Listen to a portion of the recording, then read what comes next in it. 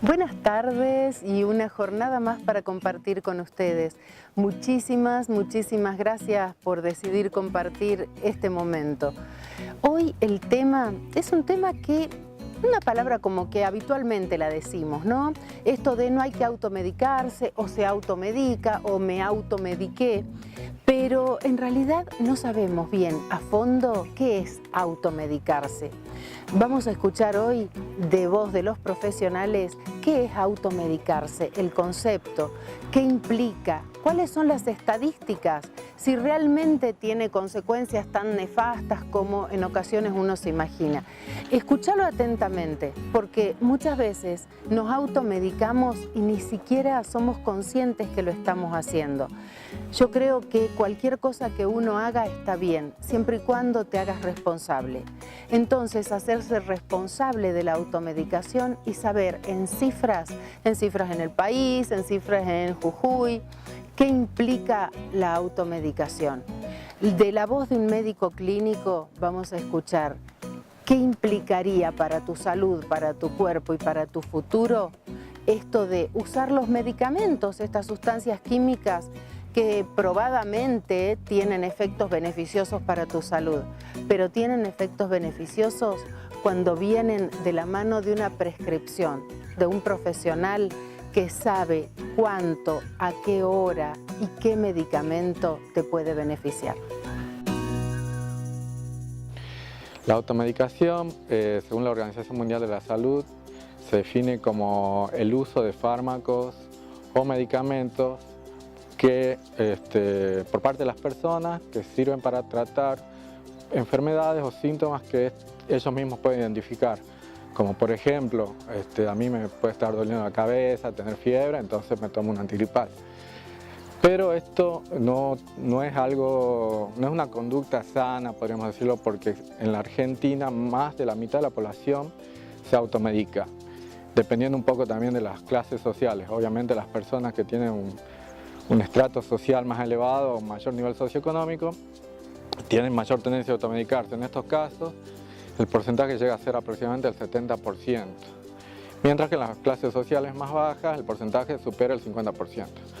Diariamente mueren en la Argentina aproximadamente 30 personas por automedicación, lo cual indica un problema grave de salud para la población, porque si hacemos la cuenta rápida, al año son más de 10.000 personas que mueren por automedicarse. Los principales fármacos o drogas con los cuales la gente se automedica en la Argentina son, en primer lugar, los analgésicos y antiinflamatorios, luego los antibióticos y por último los ansiolíticos o tranquilizantes. Los analgésicos y antiinflamatorios, las mujeres son las principales consumidoras de ellos. Y bueno, entre los problemas de salud que pueden tener figura el hecho de producir, por ejemplo, pueden producir hemorragias gástricas por el uso crónico, o bien, por ejemplo, un paciente que es hipertenso, nosotros sabemos que un paciente hipertenso, el cardiólogo primero que le prohíbe es consumir alimentos ricos en sodio. Si nosotros compramos, por ejemplo, un analgésico de uso masivo, como ser el diclofenac, si nos fijamos un poquito, el diclofenac contiene sodio, por lo tanto puede producir elevación de la presión arterial. Entonces nosotros decimos que el médico no nos está medicando bien porque tenemos presión alta, pero sin embargo si consumimos todos los días esto, y es como que se cae en saco roto el uso del antihipertensivo. En el caso de los antibióticos, el problema principal es la resistencia bacteriana que genera. Todos sabemos que cuando sentimos algún síntoma, que enseguida queremos tomar una amoxicilina. Por ejemplo, tenemos un problema gripal, tenemos congestión, dolor de garganta y acudimos a comprar la amoxicilina, por decir una marca en particular. Pero ¿qué pasa? Muchas veces estos problemas respiratorios de la cavidad oral son consecuencia de virus, porque muchas de estas enfermedades son víricas y no son producidas por bacterias. Y los antibióticos no sirven, no tienen ningún efecto sobre enfermedades transmitidas por virus. Incluso puede ser que no sea una enfermedad transmitida por un virus, sino simplemente un fenómeno, un estado alérgico o algo similar. Y bueno, por último el tema de los ansiolíticos y los tranquilizantes, que en la Argentina se consume una gran cantidad y sabemos hoy que gracias entre paréntesis a las redes sociales, internet, cualquiera puede conseguir en cualquier lado y los venden en los distintos programas como la panacea. No nos olvidemos de Tinelli y su alusión clásica al ribotril o esas cosas. Sin embargo, estos productos producen dependencia, principalmente dependencia psíquica, que significa que si nosotros estamos pensando que si no lo tomamos no vamos a dormir o no vamos a estar tranquilos. Así que bueno, estos son los principales problemas que tenemos con la automedicación. Automedicarse significa que uno decide qué va a tomar o cuál es el tratamiento que se va a autodeterminar. La recomendación es que un tratamiento debe ser siempre efectuado por un personal médico. Las farmacias están habilitadas para poder expender lo que el profesional médico indica para cada una de las patologías que la persona presenta. Caso, por ejemplo, hipertensión. No todas las hipertensiones son igual en cada uno de los pacientes. Generalmente la automedicación va por situaciones, pongámosles una calificación como banal, un síndrome gripal, una aldralgia, un dolor de estómago. Y muchas veces hay interacciones farmacológicas, algunos componentes de ese fármaco de venta libre, que uno va a la farmacia y le solicita al farmacéutico que le prescriba, puede ser contraindicado en pacientes hipertensos y de hecho generalmente puede haber una interacción que provoque una ACV porque hubo una suba de hipertensión y la complicación es mucho mayor que un cuadro gripal. Muchas veces un dolor de estómago no es específicamente una situación sintomática del aparato digestivo, puede corresponder a una sintomatología cardíaca y tener una complicación porque no fue examinado en el momento oportuno. Además, es conveniente tener en cuenta que el farmacéutico es el profesional que está habilitado para poder expender los medicamentos. Y los medicamentos, aún así sean situaciones que podría comprarse en cualquier lugar, no es conveniente. Ni en cualquier kiosco, en cualquier negocio, ni tampoco en lugares donde son de paseo habituales y que están a exposición de medicamentos y otros fármacos que pueden ser oriundos de otras naciones.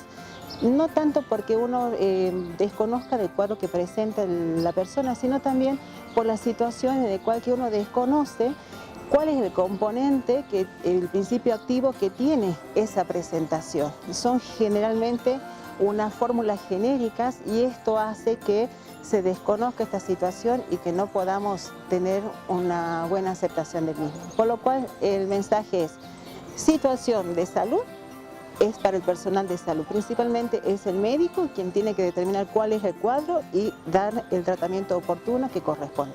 Y usted ir a la farmacia habilitada para poder adquirir ese medicamento.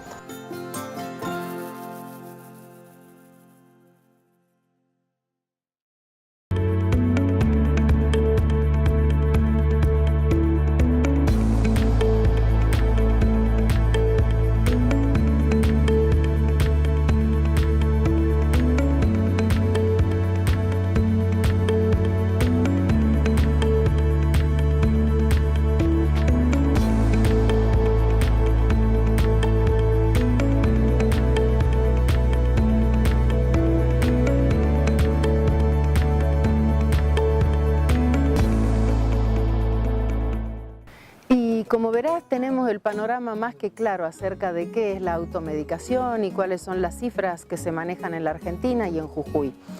Y ahora encaramos el tema de cuáles son los grupos de riesgo. En el tema de salud siempre la cuestión es que hay grupos más vulnerables que otros para el mismo factor.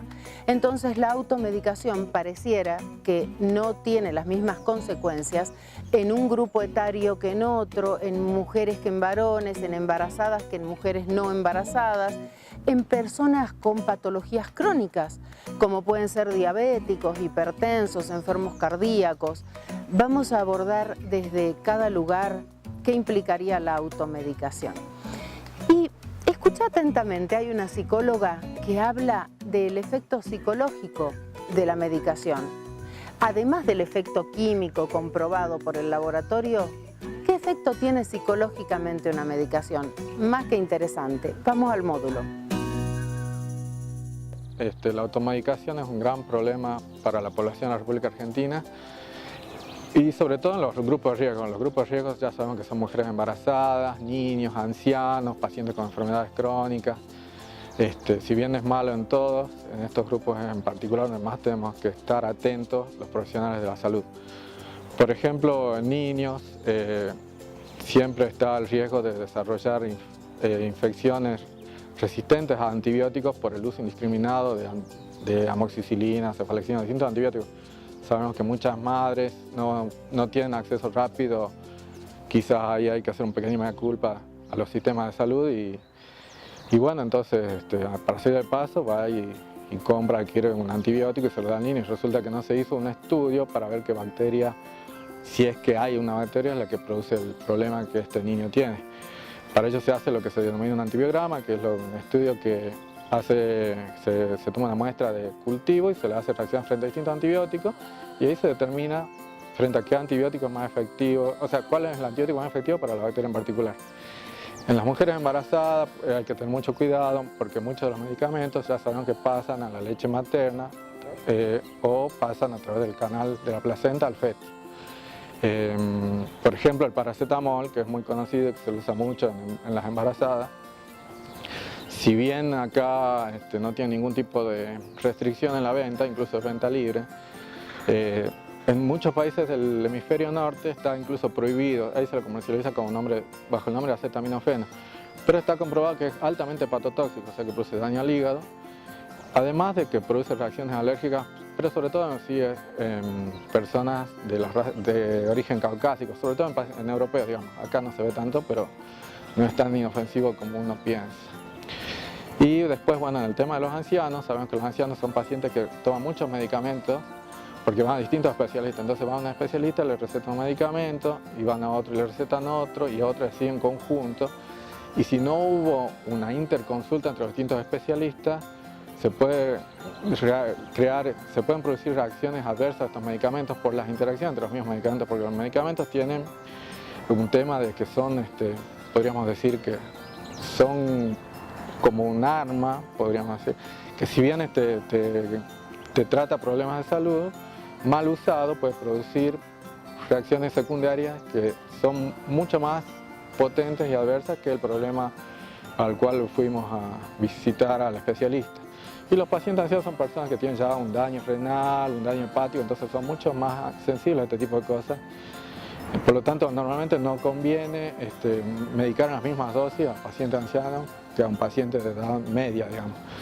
Por lo cual es muy importante la interconsulta entre distintos profesionales de la salud para hacer un seguimiento de la medicación que toman estas personas para evitar este tipo de inconvenientes. Bueno, por definición, la automedicación es el uso por iniciativa propia de medicamentos sin la intervención adecuada de un especialista en el diagnóstico, el tratamiento y la prescripción necesaria, y también podríamos agregar el seguimiento del tratamiento. Muchas veces, y seguramente todos en algún momento de nuestra vida, incurrimos en la automedicación.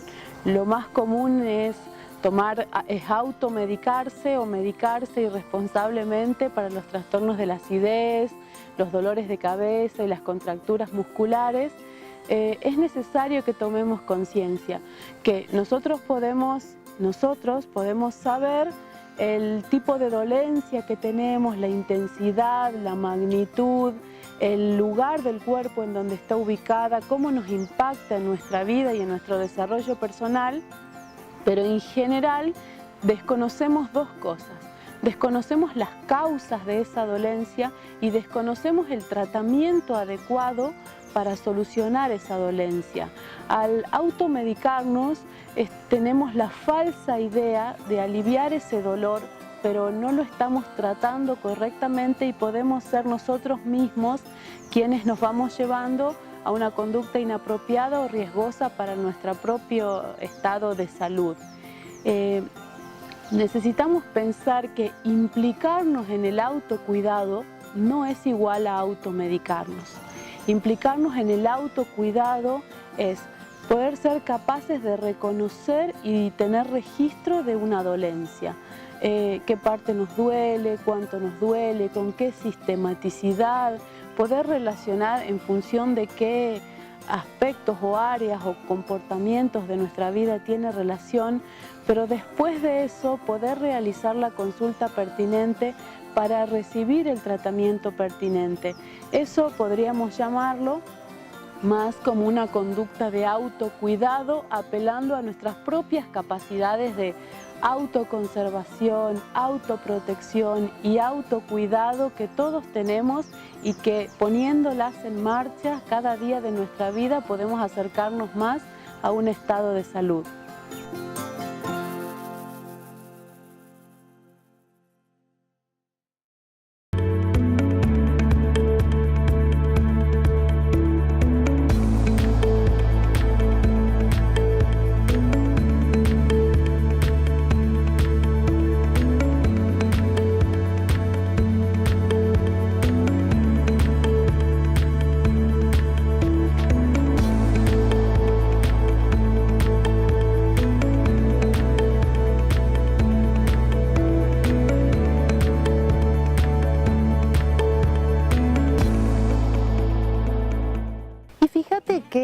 Cómo pueden ser las cosas según cómo son utilizadas, según cómo son miradas.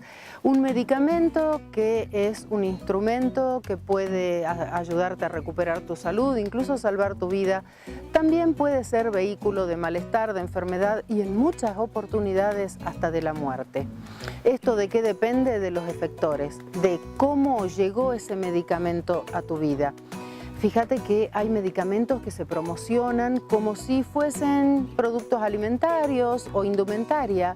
Se promocionan por los medios y vos podés obviamente ir y comprarlos libremente, son de venta libre. Entonces vamos a escuchar al doctor Alfredo Poggio, un farmacéutico que está capacitado para hablarnos de cómo debería manejarse esto de la medicación, qué son los medicamentos de venta libre y si realmente es tan así, tan como que podés ir, comprarlos y tomarlos según tu criterio. Y una cosa que, fíjate, capaz que vos no la estás sabiendo. ¿Sabías que en Jujuy hay una ordenanza municipal que prohíbe la venta de medicamentos en lugares que no sean farmacias, en lugares que no estén bajo la responsabilidad de un profesional farmacéutico? Escucha a Lisandro Aguiar, presidente del Consejo Deliberante de Jujuy, y quizás te estés dando una sorpresa. Ahora vamos a hablar un poquito de los medicamentos de venta libre, los llamados OTC en la industria farmacéutica. Los medicamentos de venta libre son medicamentos que no necesitan prescribirse bajo una receta médica. Por lo tanto, su venta se masificó. ¿Qué es lo que pasa con esto? Bueno, se masificó mucho porque los laboratorios le vieron el filón, lamentablemente, y empezaron a colocar estos medicamentos en lugares donde no tendrían que estar. Léase, con esto quiero decir, por ejemplo, por internet, o lograr hacer que se vendan en lugares que no sean los adecuados. Los medicamentos se tienen que vender exclusivamente en farmacia, así sean venta libre. En este momento, en el momento actual, si usted agarra y ve la televisión, en cada pauta publicitaria hay alguna publicación de algún medicamento que es venta libre. Y esto no es tan sencillo como yo ya hablé hace un ratito. hay una ventana terapéutica, por lo tanto, también el mal uso, el uso indiscriminado de estos medicamentos puede traer los problemas relacionados con la automedicación, los cuales ya hablé, como, bueno, ahondar en lo mismo, pero desde reacciones alérgicas, problemas renales, hay muchísimas internaciones por problemas renales, problemas gástricos. Si usted va a un, bueno, se va a enojar conmigo, pero si usted va, por ejemplo, a un kiosco y pide un analgésico, la persona que le vende este medicamento, si bien lo puede hacer con mucha buena fe, él no va a saber si usted es hipertenso y por ahí le da un Migral, el Migral está contraindicado de hipertenso, o si usted está embarazada y le da también otro medicamento que no puede consumir estando embarazada. Por eso quiero recalcar esto, los medicamentos se venden exclusivamente en farmacias y siempre trate de consultar a un profesional de la salud antes de tomar la decisión de ingerir algún medicamento.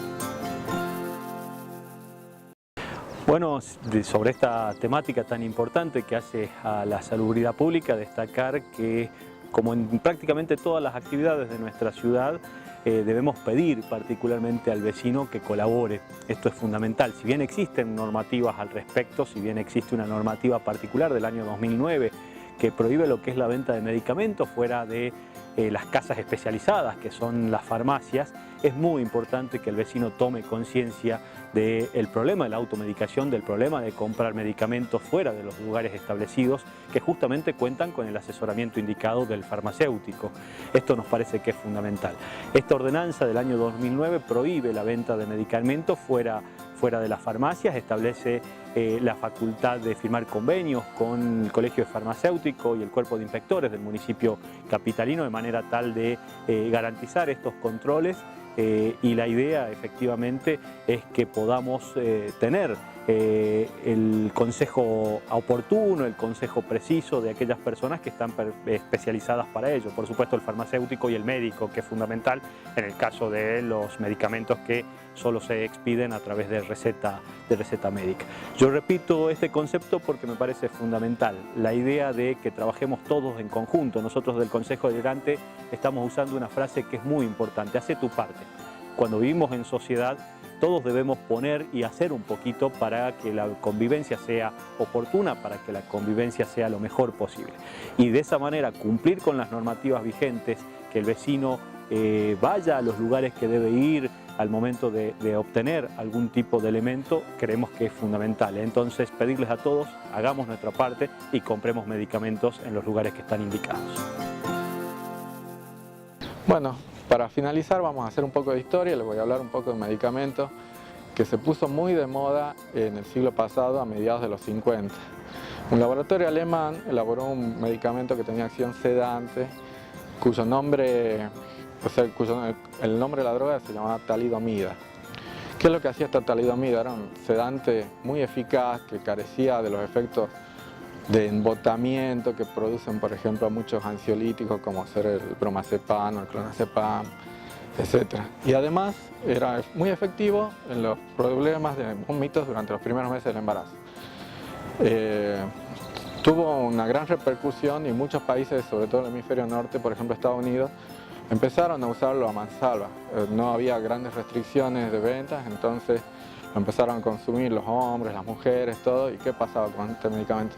Se empezó a descubrir que había una relación entre el uso de este medicamento y las malformaciones en los fetos, por lo cual los bebés nacían con las extremidades pequeñas o incluso con ausencia de extremidades. Incluso este medicamento, aunque no lo tomen las mujeres, al tomarlo la pareja de la mujer, podía producir el mismo efecto, ya que se transmitía al feto por intermedio del semen del hombre. Y este medicamento se comercializó durante 5 o 6 años hasta que se descubrió lo que les estoy comentando y por supuesto se retiró del mercado. Pero con este ejemplo crudo que les doy, les quiero decir que por favor no se automediquen, porque los medicamentos tienen sus riesgos y no son para cualquier persona. Somos todos individuos, por lo tanto tenemos una base genética diferente y lo que a una persona le hace bien no quiere decir que a la otra persona también le va a hacer bien.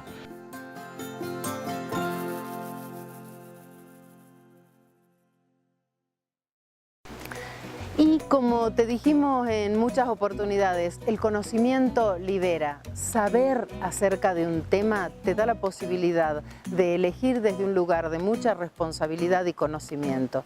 Hemos escuchado a varias opciones, varias opiniones acerca del tema de la automedicación. Ahora podés seguir automedicándote, pero ya sabes bastante más acerca de esto. Como siempre, muchísimas gracias por recibirnos, muchísimas gracias por compartir con nosotros y será hasta el próximo miércoles. Que esta sea una semana maravillosa.